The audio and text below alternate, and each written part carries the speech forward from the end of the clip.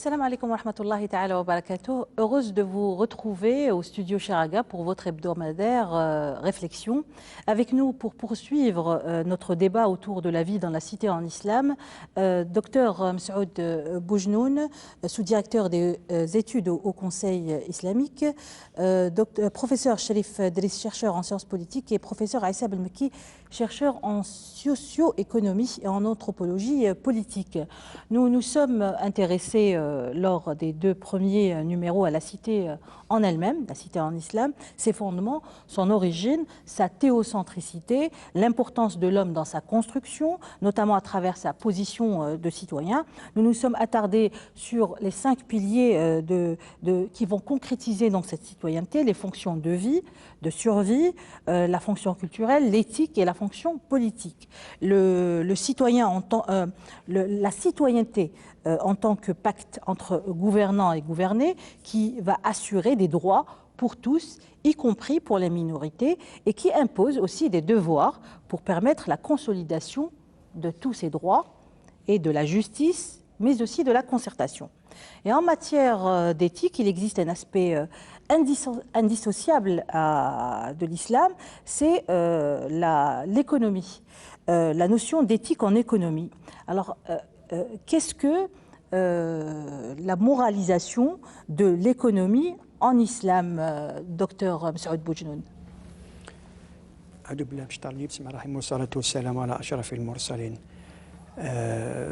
L'économie, tout comme chacun le sait, est la colonne vertébrale de tout État.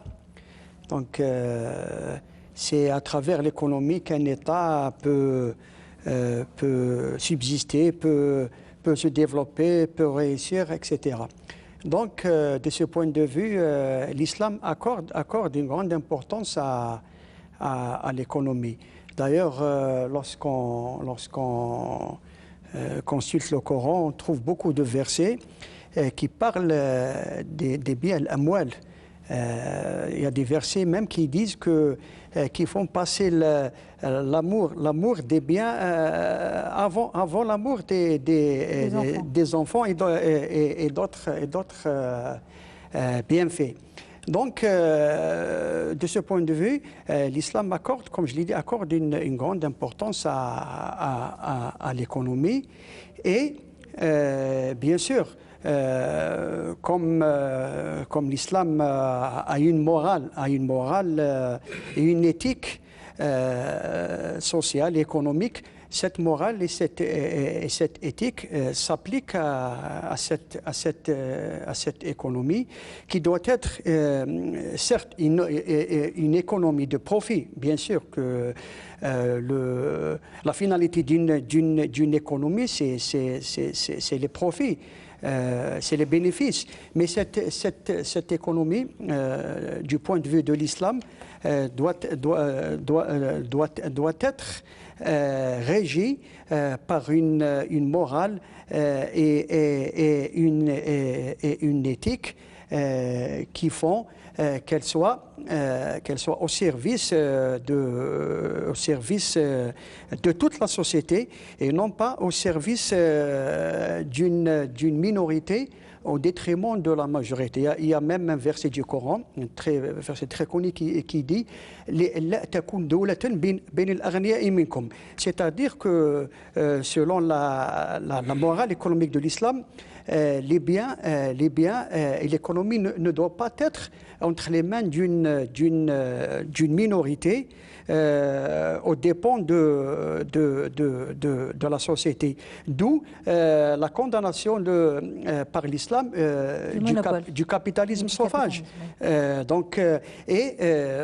Comme nous le verrons, Inch'Allah, au courant de l'émission, l'islam a mis en place un certain nombre de mécanismes justement pour que cette économie soit moralisé et soit conforme à son éthique et justement soit profite à toute la société. Entre autres, ces mécanismes, il y a la zakat, il y a l'institution des biens de main morte, l'awqaf, etc., etc. Très bien.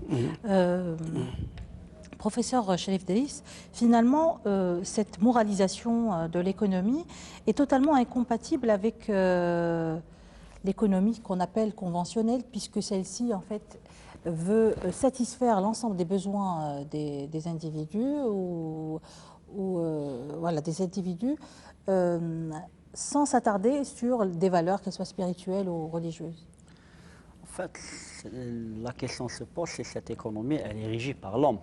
C'est l'homme qui a édicté un ensemble de lois. Vous parlez de l'économie conventionnelle. Bien sûr. C'est-à-dire ce qui est enseigné dans les grandes universités au monde ou algériennes, c'est que les lois économiques qui ont été sont le produit d'un effort humain. Et ce qu'on assiste actuellement, c'est que dans le cadre de l'économie libérale qui se globalise de plus en plus, c'est que c'est les lois du marché. Et on a tendance à croire qu'on laisse le marché, d'où le principe, ce qu'on appelle laisser faire, laisser passer. C'est que la logique entrepreneuriale, c'est de laisser l'individu faire du commerce, de ne pas entraver sa marche. Et cette façon de faire est le fruit d'un effort intellectuel qui a été entrepris depuis la réforme protestante en Europe, le conflit contre l'Église. Et aussi, quand on revient aux travaux du sociologue allemand Max Weber dans Éthique protestante et Esprit du capitalisme, où, comme il explique que le protestantisme a été à l'origine ce qu'on pourrait appeler l'esprit entrepreneurial. Sauf ce qui se passe, c'est que avec les révolutions, notamment la révolution agricole, la révolution industrielle, on en arrive maintenant à la révolution technologique, se pose la question de ce marché qui est l'arbitre et des problèmes un petit peu qu'il a soulevé et le dérèglement qu'il a provoqué, à telle enseigne que certains se disent qu'on est arrivé en fin de compte, ce libéralisme sauvage est devenu en fait d'essence immorale. Et les exemples qui dénotent, en fait, qui traduisent un petit peu cette déviation immorale, ce qui s'est passé à travers les différentes crises. On ne va pas remonter un peu plus loin dans le temps, mais ce qui se passe depuis 2007-2008, la crise du subprime, la bulle financière, et comment l'économie mondiale, qui est devenue sous la merci des marchés financiers, a impacté l'économie réelle et au-delà ce qu'on appelle tout le marché mondialisé. Donc se pose la question, c'est que, en fin de compte, n'est-il pas impérieux d'imposer des garde-fous à ce marché, à cette façon de faire.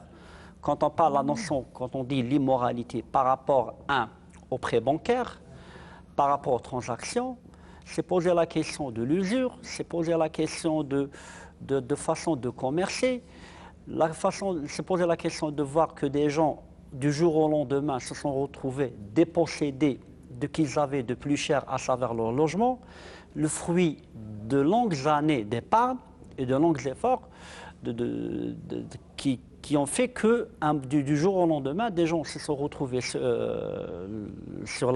dans la rue, dépossédés de biens les plus personnels et surendettés. Donc on en est vraiment à se poser la question, n'est-il pas maintenant pertinent de parler maintenant d'une moralisation de cette économie et d'aller, si vous voulez, d'une certaine éthique. Certains parlent d'une économie islamique, mais d'autres remettent en cause ce concept d'économie islamique, parlent plutôt d'une éthique islamique de l'économie. Qu'est-ce à dire? C'est-à-dire qu'il y a des transactions commerciales, il y a des relations contractuelles entre les hommes, mais on ne doit pas brider un petit peu cet effort entrepreneurial. Ce qu'il convient de faire, en revanche, c'est de réguler. Et la meilleure façon de réguler, de ne pas laisser le marché libre ou court imposer ses lois, mais d'infuser une certaine dose d'éthique. Quand par exemple quelqu'un qui n'a pas les moyens d'emprunter, on ne prête pas à quelqu'un en le faisant croire qu'il peut acquérir un bien qui est supérieur à ses capacités, et du jour au lendemain, s'il n'est pas capable de rembourser ce bien, on le dépossède de ce bien. Donc, en Occident, s'est posé cette question, c'est-à-dire que l'absence de moralité chez ce qu'on appelle les médiateurs financiers, notamment les établissements financiers, les banques qui détiennent actuellement la réalité de l'économie mondiale, et de dire finalement qu'il faudrait réguler, mais en réguler en infusant une dose d'éthique et de moralité.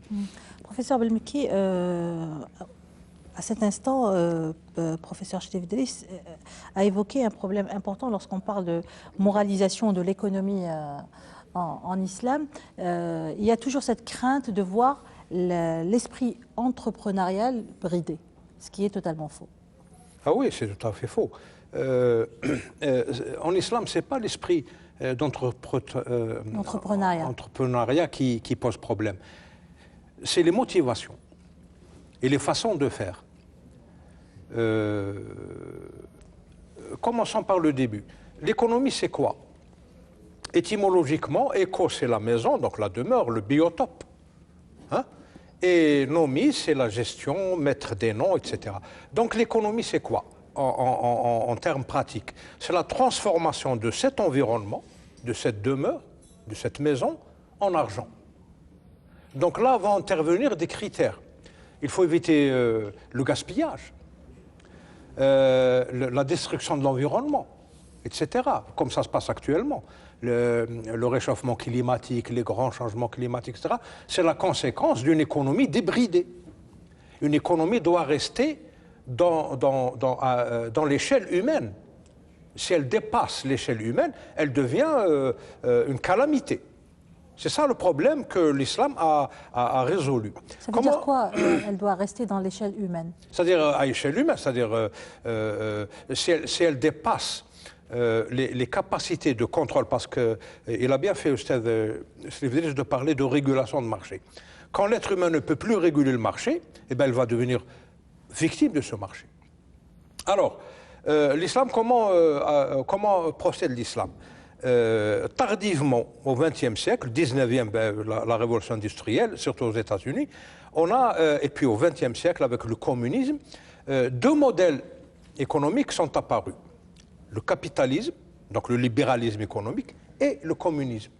Donc d'un côté, nous avons la gestion centralisée, étatique, du fait économique, et de l'autre, l'entrepreneuriat. C'est la libre entreprise et la liberté absolue.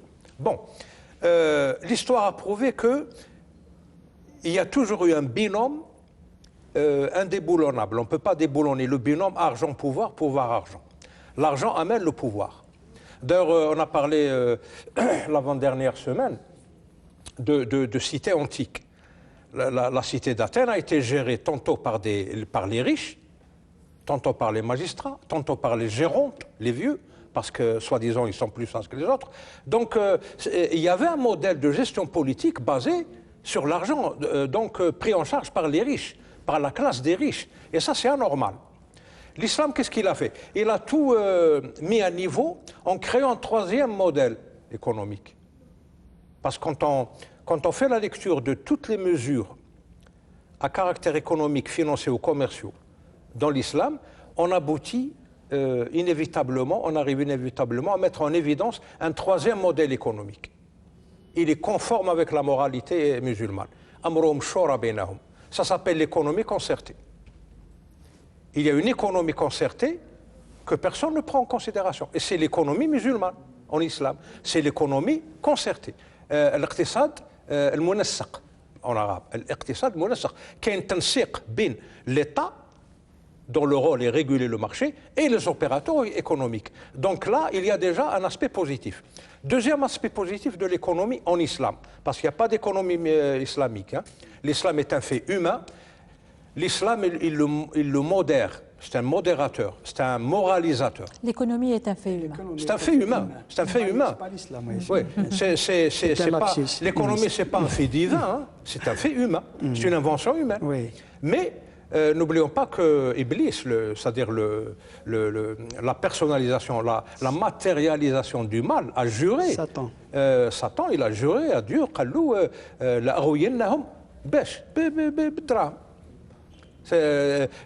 Satan, enfin, moi j'appelle ça les forces du mal,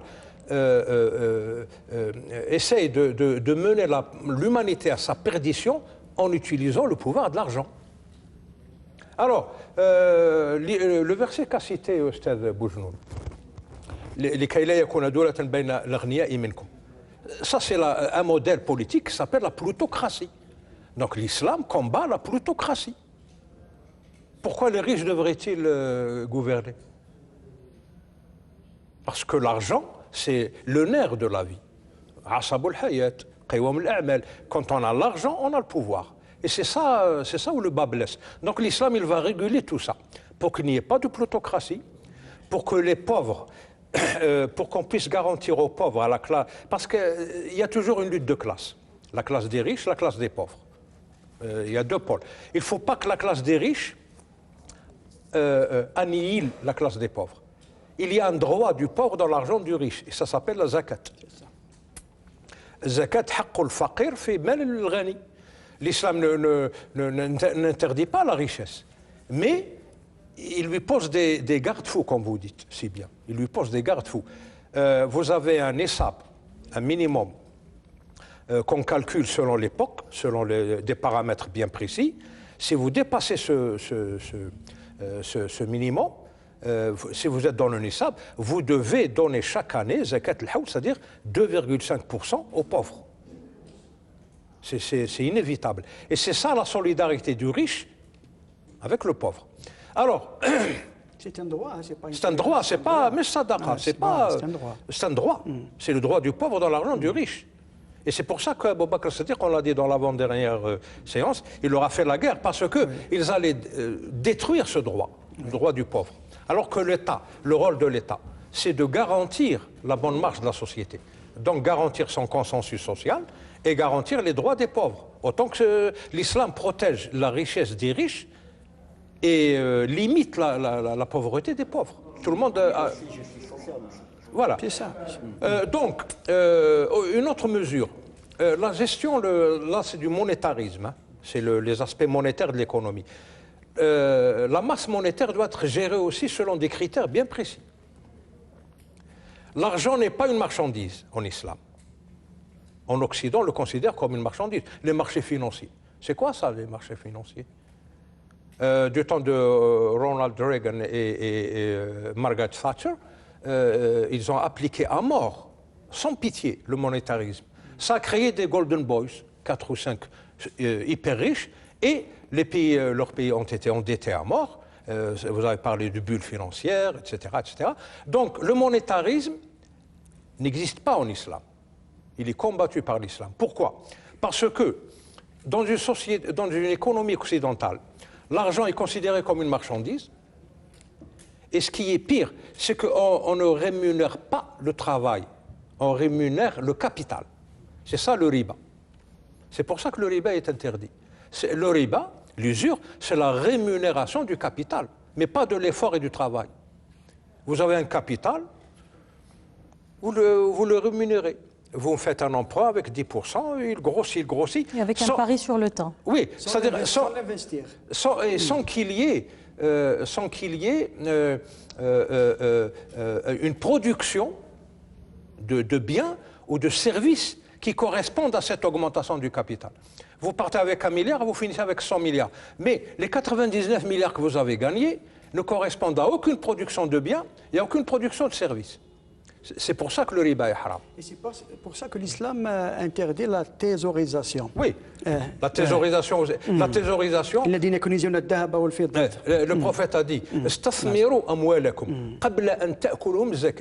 parce que si vous thésaurisez, chaque année vous avez 2,5%,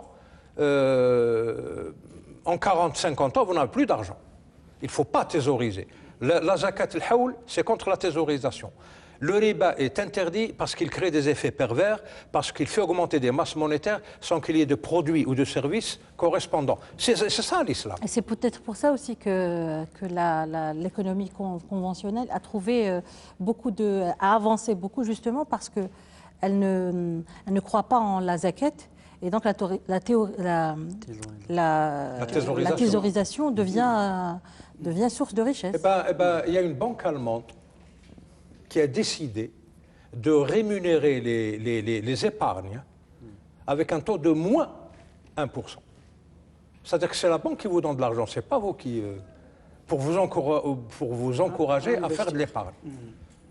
C'est-à-dire, sans le vouloir, eux, par leur propre intelligence, leur seul sens pratique, ils arrivent à des valeurs de l'islam que les musulmans ignorent. C'est ça le problème. Donc, l'économie en islam, c'est une économie intermédiaire entre le capitalisme sauvage, la libre entreprise et le libéralisme absolu, et l'économie communiste, centralisée, administrative, verticale, etc., descendante, up-down, etc. Entre les deux, il y a une économie concertée. Il y a l'économie socialiste. Elle fait partie de l'autre, de la centralisée. Alors, il y a l'iqtisad monisq, l'économie concertée. Et c'est ça l'islam. الامر الاقتصادي سي امر من امور المسلمين امرهم شورى بينهم il y a l'économie concertée où est le problème un exemple pratique de la faisabilité de l'efficacité de cette économie concertée la Corée du Sud comment a-t-elle démarré? Vous savez, la Corée du Sud, elle a le même âge que l'Algérie, indépendante, hein. Ce sont deux pays qui ont acquis leur indépendance à peu près à la même époque. Regardez où se trouve la Corée du Sud et regardez où se trouve l'Algérie. Pourquoi?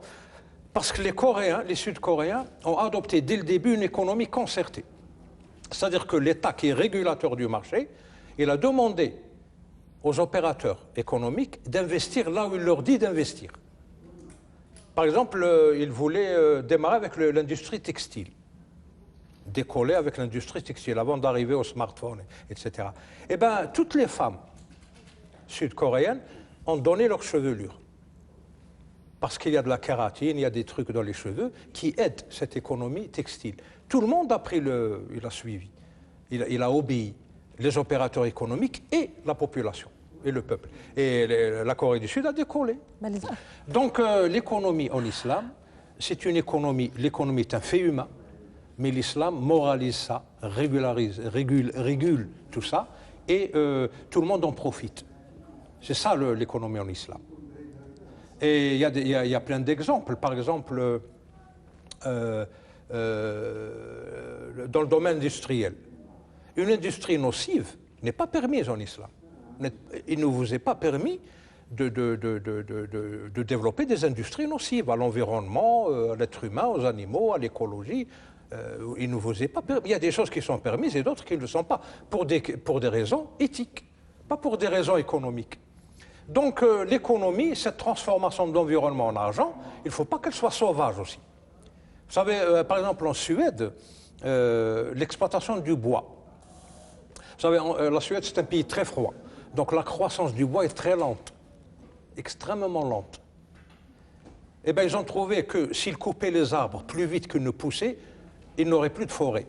Eh bien ils ont décidé de ne couper des arbres, d'exploiter le gisement de bois qu'ils ont, de façon à ne pas dépasser la vitesse de croissance des arbres. Sinon, ils vont éliminer leur forêt. C'est ça l'intelligence économique. Autre chose, nous avons à peu près défini pourquoi le riba, l'usure est interdit. À ne pas confondre avec les intérêts, les bénéfices et les compensations de l'usure monétaire. Il y a un phénomène d'usure monétaire. C'est pour ça que l'islam se base sur la valeur or.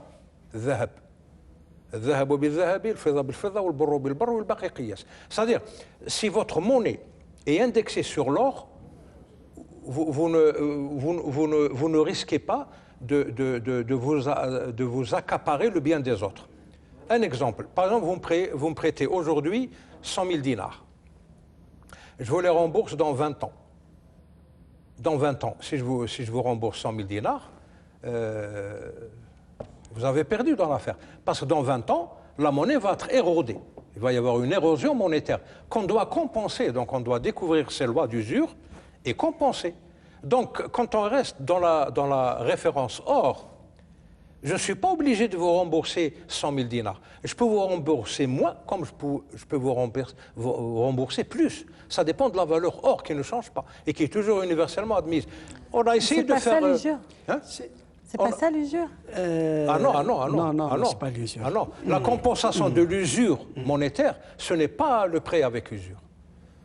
Et c'est très logique, hein, c'est la valeur. C'est ce qu'ont prévu de faire les 5 pays musulmans qui viennent de se rencontrer dernièrement à Kuala Lumpur. Ils ont décidé justement d'indexer la valeur de la monnaie sur l'or. Même en Occident, ils ont essayé de revenir à une monnaie qu'on appelle le bancor. Mais n'ont pas pu parce que les forces entrepreneuriales sont plus fortes que la raison. C'est ça le problème. Ils ont essayé de revenir à la valeur bancor. Donc, l'intérêt, les bénéfices et la compensation d'usure monétaire, ce n'est pas de l'usure. L'usure, c'est quand... Qu'est-ce que vous voulez dire par intérêt? Qu'est-ce qui est l'intérêt aujourd'hui? Par exemple, l'erbah, l'intérêt, ce n'est pas le riba. L'erbah, c'est quand vous me rendez un service, par exemple, une prestation de service. C'est tout à fait normal d'être rémunéré si vous me rendez un service administratif, commercial. C'est tout à fait normal. Ce n'est pas un intérêt, c'est une rémunération, là. Mais les mots ont leur importance. Oui, l'intérêt, c'est une rémunération compensatoire. Mais ce n'est pas de l'usure. Parce que vous m'avez présenté, vous m'avez fourni un service en échange de cette masse monétaire que vous prenez. Mais si vous me prêtez de l'argent et vous le reprenez avec un taux exorbitant, que vous rendez un intérêt complexe si je ne vous rembourse pas à temps, là c'est de l'usure, c'est du vol. Donc, al-qard al-hasana, c'est le prêt sans usure. Mais un financement avec intérêt ou avec bénéfice, il doit y avoir en compensation un service ou une production de biens. Qu'est-ce qu'on nomme aujourd'hui intérêt? Pour être clair, pour il y a une savoir si on est en confusion train de termes. parler. Qu'est-ce qu'on nomme chez les Bleues aujourd'hui intérêt? Quand on dit intérêt, bien entendu, les établissements financiers ne sont pas des établissements philanthropiques. On ne prête pas de l'argent pour ne pas avoir en contrepartie. À mon sens, c'est-à-dire que l'intérêt, c'est un pourcentage qu'on prélève par rapport à ce prêt et qui est en fonction des bénéfices engrangés. Pour ne pas dire des bêtises, je ne suis pas expert en économie, mais le problème qui s'est posé avec l'usure, à mon sens, c'est le pourcentage prélevé, le taux prélevé. Parce que même dans les autres religions monothéistes, la religion chrétienne ou la religion juive, l'usure est interdite. Cela veut dire que l'intérêt, il est permis, mais il ne faut pas que cet intérêt dépasse un certain seuil. L'intérêt, excusez-moi, je pense que ça pose vraiment un problème là. L'intérêt est permis, non, c'est le bénéfice qui est permis. L'intérêt, c'est quoi? Lorsqu'une entreprise monétaire, une institution financière va engager de l'argent ou prêter de l'argent, une somme d'argent, et qu'elle va récupérer cette somme d'argent en imposant dès le début ce qu'ils appellent un intérêt. C'est de l'usure, ça, puisqu'elle ne s'investit pas, elle ne perd rien. Ce n'est pas du commerce. Elle ne s'investit pas, elle ne prend aucun risque. Cet intérêt-là, n'est-ce pas de l'usure, quel que soit le taux, même si c'est 0,09%. Il y a une prise de risque. Vous savez, quand par exemple quelqu'un veut lancer un projet, il va solliciter un emprunt bancaire.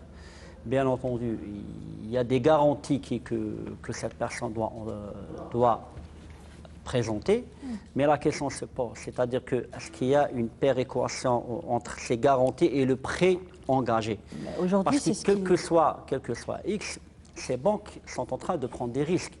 Il y a des banques qui ont perdu beaucoup d'argent, qui ont déclaré faillite parce que se sont lancés dans des projets et ces projets se sont révélés qu'ils ne sont pas des projets rentables.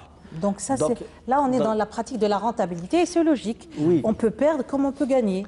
On peut perdre comme on peut gagner, mais tout de même, une banque, c'est-à-dire que déjà, faut-il encore définir ce qu'on entend par rentabilité. La rentabilité, est-ce la rentabilité, peut-on la définir par le fait que quand on engage 2 milliards ou 3 milliards de centimes, on dit rentabilité parce que le projet a marché, on a récupéré le capital, 3 milliards. Ou le projet n'a pas marché, on a récupéré tout de même 3 milliards. Dans le premier ou dans le deuxième cas, il n'y a pas de rentabilité. Tout au plus, on pourrait dire, in fine, qu'on a préservé le capital. C'est-à-dire qu'on a préservé le capital, on n'a pas gagné, mais on n'a pas perdu le capital. Là, mais vous êtes en train de parler d'un pose- exemple d'une banque, à Oui. condition qu'elle engage son propre capital, pas le capital des autres. Parce que ce n'est pas ça ce qui est fait. Si vous permettez, justement, j'ai là devant moi une étude faite par un économiste qui s'appelle Olivier Giscard d'Estaing, qui est le frère Giscard de d'Estaing, il est Valéry. très connu. Il a un livre justement sur l'économie islamique. Et là, il parle des différentes formules en vigueur dans ce qu'on appelle la finance islamique, les banques islamiques, dites islamiques. Il parle justement, là, je pense qu'on parle de la musharaka, de la participation. Il dit l'institution financière offre le financement ou les liquidités monétaires ou bien les deux à la fois pour un projet économiquement viable, soumis par un client solvable et sur la base du partage des profits et des pertes. Voilà. Là, on est dans Voilà. une réelle... Déjà, il y a là, un accord l'intérêt préalable, est normal. voilà, du client pour qu'il y ait un accord entre les deux, pour qu'ils assument tous les deux, soit les bénéfices, soit les pertes. Donc, mais là, l'intérêt, c'est autre Là, chose. c'est plus de l'intérêt, en Voilà, fait, tel qu'on le non, connaît, c'est c'est-à-dire du que bénéfice. l'islam, c'est une institution financière, veut faire des bénéfices, des profits, en faisant travailler sa Ce masse qui est tout à monétaire. fait légitime aussi. Elle a un seul choix possible, c'est de participer en tant que partenaire. Absolument. Alors il y a un plan d'entrée, un plan de sortie. Avec son propre capital. Ah oui. Pas avec Ah oui. les capitaux des Si institutions c'est ou des les personnes capitaux, qui madame. viennent mettre leur argent au niveau de Oui, cette si c'est les capitaux des épargnants, Mais elle c'est doit ce qui les est fait consulter à aujourd'hui. l'avance. Il doit avoir le pourcentage proportionnellement à leur dépôt. Voilà. C'est ça l'islam. La dharara ou la dhirar. C'est ça le qaïda. La dharara ou la dhirar. Le problème qui se pose en Occident, c'est que toute la liquidité, toute la masse monétaire, elle sort du néant. C'est-à-dire, c'est la dette qui crée l'argent. John Adams, il l'a dit. Il a dit sans la dette, il n'y aurait pas d'argent. C'est-à-dire qu'au départ, la banque n'a pas d'argent. Elle ouvre une ligne de crédit, et puis, bon, vous faites vos achats, vous consommez, et puis vous allez la rembourser avec intérêt. Là, c'est de l'intérêt, c'est de l'usure. Alors, il y a un cas qui a fait jurisprudence aux États-Unis. Il y a un gars, un citoyen lambda, qui a fait un emprunt bancaire pour acheter une maison. Finalement, il n'a pas pu remplir ses obligations, et les intérêts complexes, parce qu'un intérêt, une échéance qui n'est pas remboursée, elle est ajoutée au capital. Et puis l'intérêt est calculé sur capital plus intérêt, plus échéance. Alors il s'est retrouvé insolvable complètement. Ben, il a consulté un économiste, qui est en même temps un avocat. Il a gagné la partie.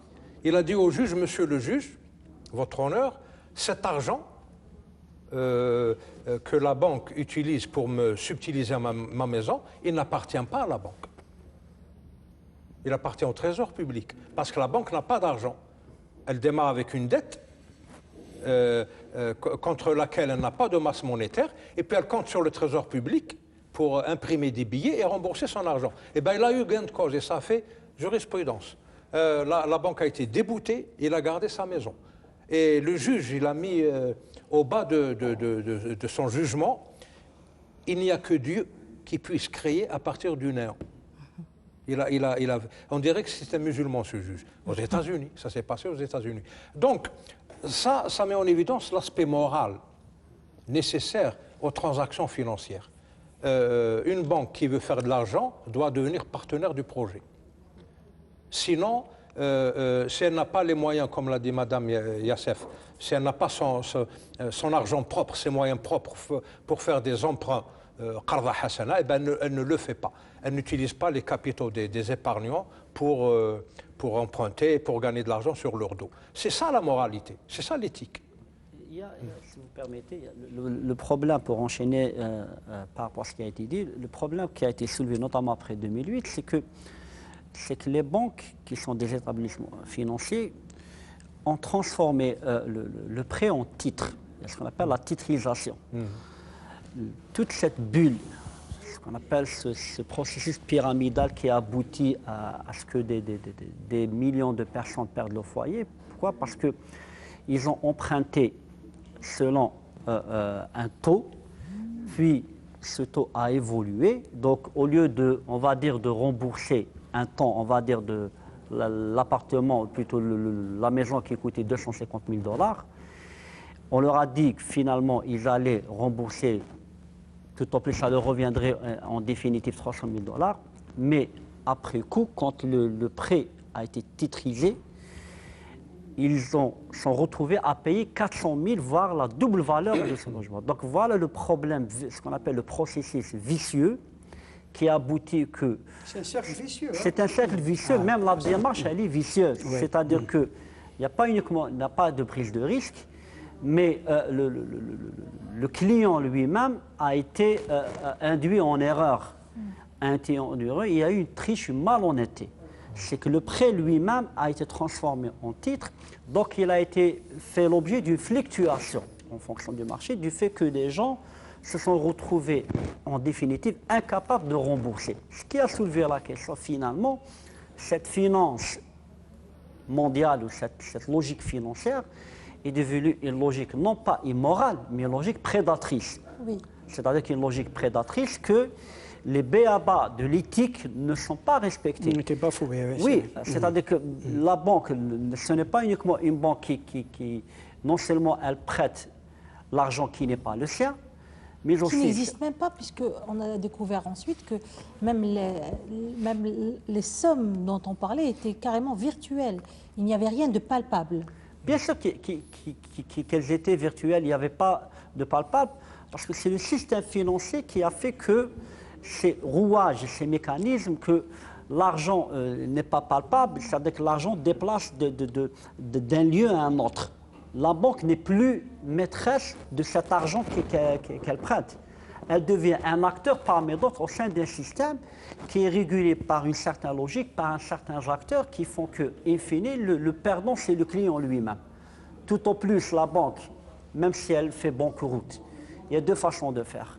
Ou bien elle ferme parce qu'elle a perdu de l'argent qui n'est pas le sien, ou bien, au mieux, c'est l'État qui vient à la rescousse, comme l'a fait en 2008 l'administration Obama en 2008, qui a dû dégager plus de 1 000 milliards de dollars pour sauver certains établissements financiers. Donc, quelque part, le marché financier a mis l'État devant le fait accompli. C'est-à-dire que les établissements financiers, les patrons de Wall Street ont mis l'État américain devant le fait accompli. Ou bien vous adoptez un plan de sauvetage, ou bien ça sera la banqueroute. Qui dit banqueroute, ça va avoir des répercussions sur l'économie réelle, mais aussi des répercussions sociales avec des milliers, des centaines de milliers de chômeurs. Donc l'administration américaine, qui c'est l'une des rares fois où elle a fait, elle a été obligée, l'État américain, il était obligé de venir à la rescousse du marché financier. Il a débloqué 1 000 milliards de dollars. Certaines banques ont été repêchées et, pire que ça, c'est-à-dire qu'il y a le côté immoral qui a été soulevé par certains médias, c'est que les patrons de ces banques ont bénéficié de parachutes financiers. Oui. Il y a notamment le patron de Lehman Brothers qui est parti avec un parachute de 34 ou 54 millions de dollars, alors que la banque était à 2 doigts de la faillite. Et d'autres aussi, notamment les actionnaires, ils ont vu leur part de bénéfices augmenter. Donc c'est là le côté immoral de la chose, c'est qu'on a en face de nous non pas une logique monétaire mais monétariste, mais on a poussé la logique financière à l'extrême à devenir une logique prédatrice. C'est-à-dire que là, tout un ensemble d'acteurs au sein d'un écosystème qui sont régis selon des logiques de fonctionnement, pas des logiques de marché, des règles édictées par les hommes, des hommes prédateurs, mais dont la première victime, le simple client, le simple citoyen qui dépend de son salaire. Ce qui m'amène à poser cette question, lorsqu'on parle de moralisation de l'économie, souvent, je parle en islam évidemment, souvent on vise directement le citoyen. Attention, matchrish berriba, etc., ne pas de monopole. Est-ce qu'il n'est pas nécessaire de différencier entre deux types de moralisation de l'économie en islam, celle de l'État, l'État, pouvoir, etc., et puis celle du citoyen. On parlait tout à l'heure de garde-fous. Les garde-fous sont applicables sur les deux. Bien sûr. Chacun a ses règles. Mais on n'en parle jamais. On ne sait pas c'est quoi les garde-fous qui s'appliquent sur l'économie étatique. D'ailleurs, le professeur Boumaké a parlé de le gaspillage. Le gaspillage concerne en premier lieu l'État. C'est l'État qui est le grand gaspilleur. Tout un chacun le sait. La corruption, elle se situe dans les hautes sphères du pouvoir. C'est pas bon. On le sait, le citoyen est concerné par les. C'est la victime. Comment? C'est la victime de tout absolument non. Il est la victime, mais voilà, la victime, mais en même temps, il est aussi complice quelque part. Voilà. Donc, les mesures édictées par l'islam, justement, pour assainir l'économie et pour la rendre conforme à l'éthique et à la morale, elles concernent aussi bien les dirigeants que les citoyens lambda. Oui. Juste pour éclaircir, avant que vous répondiez à ma question, lorsque vous dites la corruption ou le monopole, etc., ce n'est pas l'État en tant que personne morale ou qu'institution, c'est des individus au sein de l'État. Oui, bien sûr. Non, les individus qui occupent des postes importants. Ce n'est jamais l'institution en elle-même qui est corrompue. Non, loin de là. C'est des individus au sein des institutions. Voilà, qui occupent des postes très importants, des postes clés. Ils font leur beurre. Voilà, exactement. Donc, qui traitent avec des sociétés étrangères, et voilà, c'est là où se situe la corruption.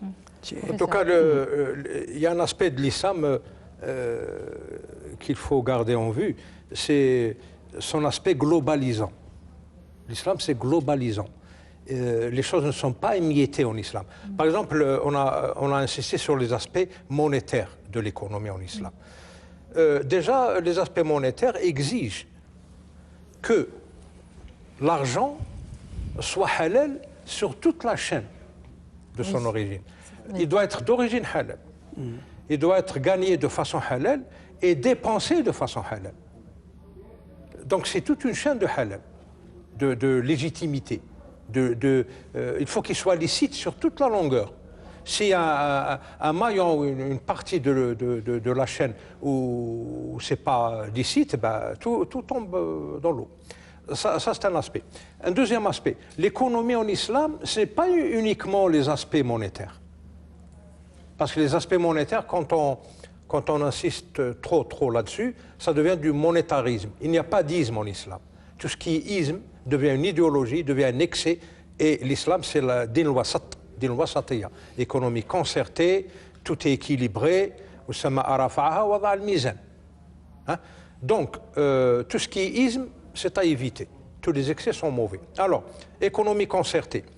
L'économie aussi en islam doit être centrée sur la production de richesses, pas sur la manipulation des capitaux. Oui, la spéculation, la manipulation. Le capital n'est pas une marchandise. Ce n'est pas une marchandise. On ne fait pas du commerce avec les capitaux. Le capital, c'est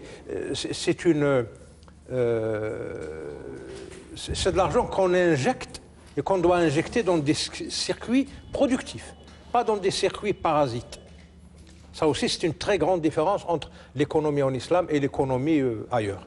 Donc, injection de l'argent dans des circuits de production, donc produire de la richesse, pas de monétarisme, pas de plutocratie, pas de pouvoir des riches, surtout pouvoir politique, etc. Donc c'est tout un tout, c'est global. S'acquitter de la zakat. Oui, alors là, c'est les mécanismes équilibrants pour qu'il n'y ait pas De la zakat de Amba. Bien parce sûr. que souvent, on ne connaît pas, on ne parle jamais de la zakat de la cité. Exactement. On n'en parle jamais. oui. Exactement. Et c'est quelque chose de Toute masse monétaire doit être... pas zakat, c'est la Purifiée. purification. Voilà. Toute masse monétaire doit être purifiée. Masse monétaire thésaurisée, inactive, doit être purifiée. Parce que le fait de la thésauriser, c'est la rendre impure. Parce que c'est rizq. Parce que en islam, Allah subhanahu wa ta'ala, il a 3 noms parmi ces 90 noms. Il y en a 3 qui prouvent qu'il n'y a pas d'iniquité, d'injustice en islam. Haqqun, hakamun, adl. Qu'est-ce que ça veut dire? Ça veut dire que même s'il y avait 30 milliards d'habitants sur Terre, il y a assez de risques pour suffire à leurs besoins. Si par hasard il y a des affamés, il y a de la famine quelque part, c'est que quelque part des riches ont accaparé la part de biens de ces gens qui meurent de famine, de faim. Donc il y a des mécanismes équilibrants qui garantissent un minimum entre guillemets syndical pour permettre aux gens de ne pas mourir de faim.